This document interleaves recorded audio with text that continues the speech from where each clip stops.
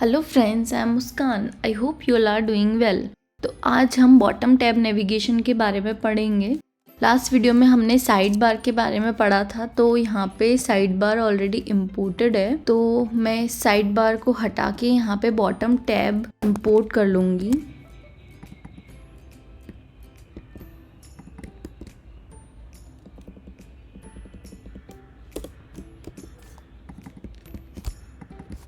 मैंने bottom tab import कर लिया है, बट अभी ये ब्लैंक कंपोनेंट है। अभी इसके अंदर सिर्फ नेविगेशन कंटेनर मैंने लिया हुआ है। तो बॉटम टैब नेविगेशन के लिए हमें कुछ लाइब्रेरीज इंस्टॉल करनी होंगी, तो हम इसके ऑफिशियल डॉक्यूमेंटेशन पे चेक कर लेते हैं। ये रिएक्ट नेविगेशन का ऑफिशियल डॉक्यूमेंटेशन है। यहाँ से हमने नेविगेशन स्टैक पढ़ा था, साइड ड्रॉअर पढ़ा था। आज हम बॉटम टैब्स पढ़ने वाले हैं। तो आप वीडियो में देख सकते हैं कि बॉटम टैब्स इस तरीके के होते हैं। तो आज हम यही क्रिएट करने वाले हैं। तो इसके लिए हम इंस्टॉलेशन में जाएंगे और यहाँ से हम react navigation bottom tabs install करेंगे।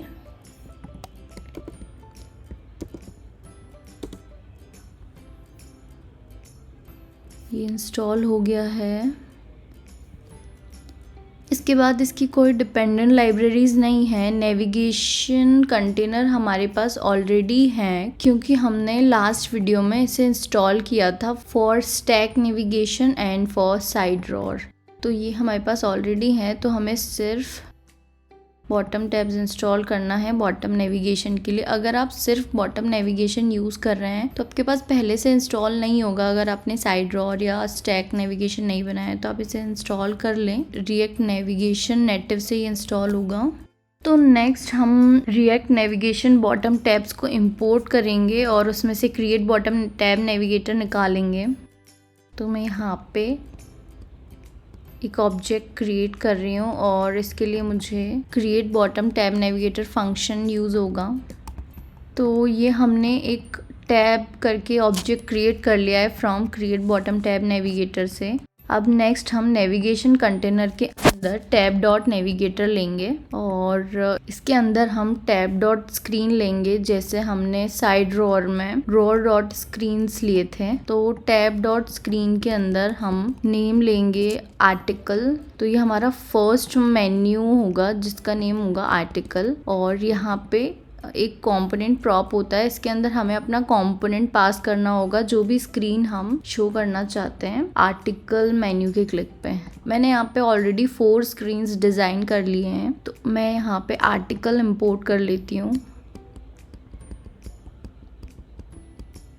अब आर्टिकल को मैं कंपोनेंट में यूज़ करूँगी। नेक्स्ट प्रॉप होगा हमारे पास ऑप्शंस। ऑप्शंस में हम आइकन और लेबल देंगे। जो भी मेन्यू पे हमें आइकन शो करना है और जो भी लेबल हमें शो करना है वो हम ऑप्शंस में प्रोवाइड करेंगे। तो यहाँ पे फैट एरो के अंदर एक टैब बार लेबल प्रॉप होता है, उसमें मैं एक टेक्स्ट ले लूँगी। टेक्स्ट में हम कलर दे देंगे और लेबल होगा हमारा आर्टिकल। नेक्स्ट प्रॉप होता है टैब बार आइकन्स। टैब बार आइकन में मैं आइकन दूँगी। आइकन के लिए मैंने react native vector icon install कर लिया है। रिएक्ट नेटिव वेक्टर आइकन आप यहाँ से इंस्टॉल कर सकते हैं, ये इसका ऑफिशियल डॉक्यूमेंटेशन है।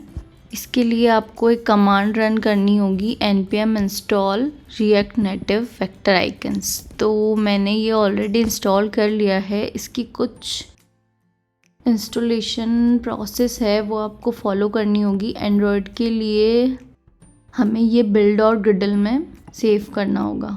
मैं मटेरियल आइकन यूज़ करने वाली हूँ, तो हम ये सेव करेंगे कस्टमाइजेबल कोड। तो बिल्ड और ग्रिडल में हम इससे पेस्ट कर लेते हैं, सेव कर लेते हैं। इसके बाद आपको ऐप दोबारा से इंस्टॉल करनी होगी। अगर आपको सिर्फ मटेरियल आइकन चाहिए तो आप ये हटा सकते हैं। अगर आपको कोई डिफरेंट आइकन्स यूज़ करने हैं तो वो आप यहाँ से लिस्ट से देख सकते हैं और यूज़ कर सकते हैं। टैब बार आइकन में हमने आइकन ले लिया है, जो भी हमने यहाँ पे की यूज़ की वही सेम यहाँ यूज़ होगी।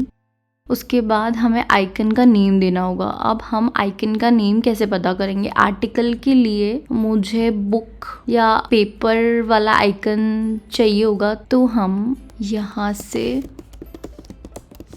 सर्च करके मटेरियल आइकन्स में यूज़ कर रही हूँ, तो ये आर्टिकल है।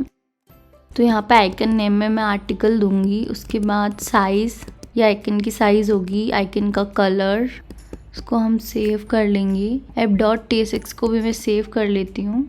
तो आप देख सकते हैं कि यहाँ पे बॉटम टैब मेन्यू में मेरा फर्स्ट मेन्यू विजिबल हो गया है और इसके क्लिक पे मैंने आर्टिकल स्क्रीन रेंडर करवाई है। इसमें मैंने कुछ टेक्स्ट और इमेज ली हुई है, आर्टिकल की तरह प्रेजेंट किया हुआ है। अब नेक्स्ट मेन्यू के लिए मैं एक और टैब डॉट स्क्रीन लूँगी। उसके अंदर मैं डिफरेंट नेम, डिफरेंट कंपोनेंट और डिफरेंट आइकन और लेबल्स यूज़ करूँगी। तो मैं यहाँ पे कुछ स्क्रीन्स और इंपोर्ट कर लेती हूँ। जैसे मैंने एक स्क्रीन बनाई है चैट, एक है मेरे पास कॉन्टैक्ट और last one is the album. तो मैं यहाँ पे कुछ टैब डॉट स्क्रीन्स ले लेती हूँ। सेकंड में मैंने चैट रखा है, थर्ड मेन्यू में मेरा होगा कॉन्टैक्ट और फोर्थ में होगा एल्बम। अब मैं जब इनको सेव करूँगी तो यहाँ पे मेरा बॉटम टैब मेन्यू रेडी है। तो मैं जैसे ही दूसरी स्क्रीन पे क्लिक करूँगी, ये मुझे नेविगेट कर देगा चैट पे, कॉन्टैक्ट पे, एल्बम पे। तो इस तरीके से आप अपना बॉटम टैब मेन्यू बना सकते हो। अब आप यहाँ पे देख रहे होंगे कि ये रिपीटेटिव कोड है, तो आप चाहो तो इसे मैप करके सिंगल टैब डॉट स्क्रीन के साथ भी यूज़ कर सकते हो। तो हम एक बार वो भी देख लेते हैं। तो मैं यहाँ पे एक एरे बना लेती हूँ, कॉन्स्ट बॉटम टैब आइटम्स। इसमें मैं कुछ ऑब्जेक्ट्स लूँगी। ऑब्जेक्ट में कुछ कीज़, जैसे कि लेबल। फर्स्ट लेबल है हमारा आर्टिकल, नेक्स्ट की हमारी होगी आइकन। आइकन हमारा है, हमें सेम की यूज़ करनी होगी जो भी यहाँ पे विजिबल है। एक हमारा होगा राउट, जिसमें हम अपना कंपोनेंट रखेंगे जो यहाँ पे इंपोर्ट हमने किया है। That's it. तो मैं मल्टीपल बना लेती हूँ जितने भी मुझे मेन्यू चाहिए।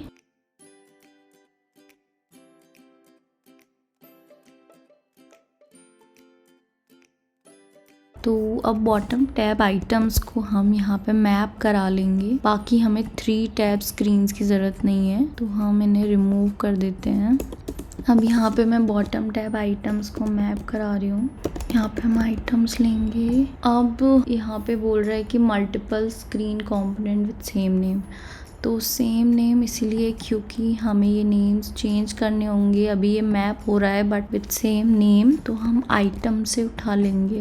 फिर हमें स्ट्रिंग में रखना होगा, तो हम आइटम्स डॉट लेबल हम यूज़ करेंगे। यहाँ पे हम यूज़ करेंगे आइटम्स डॉट राउट। यहाँ भी हम लेबल यूज़ करेंगे आइटम्स डॉट लेबल। और यहाँ भी हमें स्ट्रिंग में रखना होगा, तो हम इस तरीके से यूज़ करेंगे आइटम्स डॉट आइकन। मैं सेव कर लेती हूँ। तो आप देख सकते हैं कि ये मैप में हमने कन्वर्ट कर लिया है और ये सेम काम कर रहा है जैसे कि ये पहले काम कर रहा था। तो मैंने कुछ नहीं किया है, बस एक एरे क्रिएट किया है, उसमें 4 ऑब्जेक्ट्स रखे हैं एंड ऑल 4 ऑब्जेक्ट्स को मैंने मैप कर दिया है टैब डॉट स्क्रीन में। तो पहले हम रिपीटेटिव कोड लिख रहे थे, टैब डॉट स्क्रीन को 4 टाइम हमें लिखना पड़ रहा था। अब हम मैप के साथ इसे 1 टाइम यूज़ कर सकते हैं। तो इस तरीके से आप बॉटम टैब नेविगेशन बना सकते हैं। आई होप आपको बॉटम टैब नेविगेशन समझ आ गया होगा। अगर ये वीडियो आपको हेल्पफुल लगा हो तो प्लीज़ मेरे चैनल को लाइक, शेयर और सब्सक्राइब करें। Thank you.